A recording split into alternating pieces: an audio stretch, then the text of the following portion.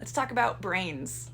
I'm MT Zimney, I'm an author, and I have a degree in human physiology, and I like to spew random physiology and body facts to help you with your writing.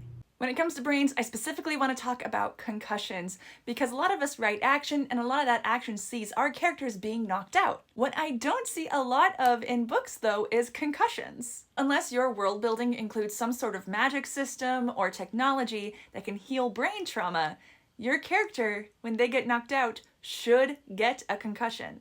Almost all knockouts are accompanied by a concussion, but not all concussions are caused by knockouts. Now, typically a concussion that is accompanied by a loss of consciousness is going to be a more severe concussion, and that can take weeks to months to recover from. However, any blunt force trauma to the head has the potential to cause a mild to severe concussion. Yes, even if your character is wearing a helmet, there is no perfect helmet system that can keep our brains perfectly safe, because our brains are essentially an organ in a jar, and that helmet, as much of our head as it covers, cannot account for the trauma that happens to the brain as it wiggles back and forth within your cranium. In fact, a common cause for concussion that I do include in my second book of my trilogy would be trauma to the chin. Force hits the chin and it travels back to your brain. After receiving a concussion, your character is going to need rest. We don't want them running around, wiggling that brain around more,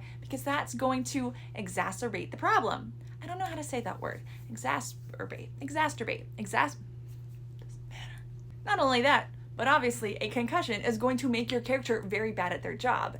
Notably, reaction times can decrease insane amounts. My older brother received 7 concussions. Yes, you're supposed to stop after 5. Whatever. When he had his 7th, he was knocked out on the field. He was playing lacrosse, and 2 weeks after the injury occurred, his reaction time was still in the 18th percentile. He got better. He stopped playing sports after that. You really should stop after 5. Any child of mine will not be allowed to play football. Because again, you can have a perfectly designed helmet. Nothing is going to keep that brain perfectly safe. Same goes for your characters, although it would be really cool to see a sort of sci-fi or magic system that allows to put cushions inside the head.